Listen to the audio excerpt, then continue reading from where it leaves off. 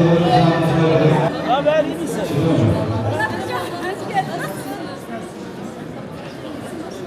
Başkanım hoş geldiniz.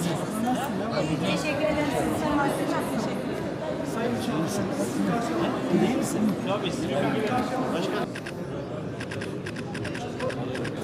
Burada özel gereksinimli kardeşlerimize yönelik de çok iyi çalışmalarımız var. Özellikle şunu hep ifade ettim. Engelsiz bir Malatya tasavvurumuz var.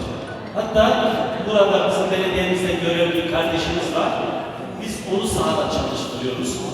Engelli aracıyla, teker sandalyesiyle şehrin her tarafını geziyor. Ve biz ne yapacağımızı biliyoruz ama kullanıcının talepleri her şeyden daha önemli. O eksiklikleri, ihtiyaçlarını belirliyor, notlarını alıyor ve biz bunları inşallah uygulamaya geçeceğiz. Özellikle otizmli kardeşlerimiz için de ciddi çalışmalarımız var. Bu otizm dernekleriyle geldiğim günden beri konuşuyoruz. Dedik ki biz bir otizm merkezi oluşturacağız dedik. Böyle bir merkezi açtık. İnşallah orada arkadaşlarımız kazanıyorlar. Dernek külliyemizde de böyle bir alanımız var. Bunlarla ilgili eksikliklerimizi de biliyoruz. Bazı araç ihtiyaçları olduğunu bu araçları inşallah tamamlayacağız. Artık biz engelsiz bir Malatya'yı istiyoruz. Şunu görüyoruz sevgili de, azmin elinde hiçbir şey tutulmaz. Çalışmayacağın her şey olacağını bir göstergesidir.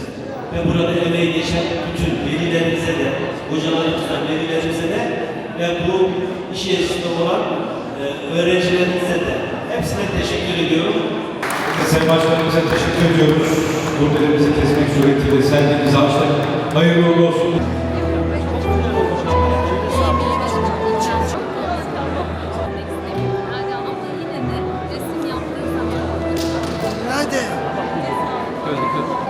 Başkanım tamam.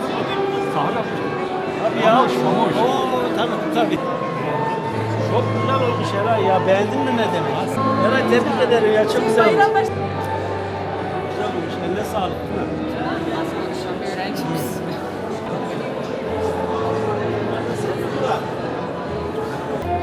Gerçeği olmuş. Çok güzel olmuş. Bravo ya.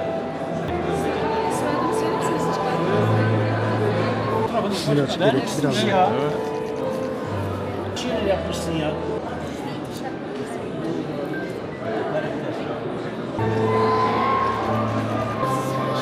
Hazreti Ali'nin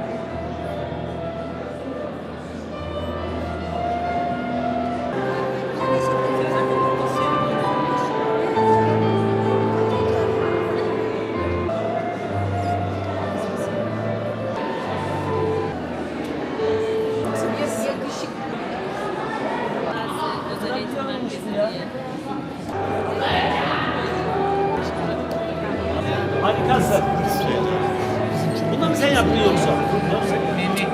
Mehmet sen ne yaptın? Mehmet daha ver yenisi.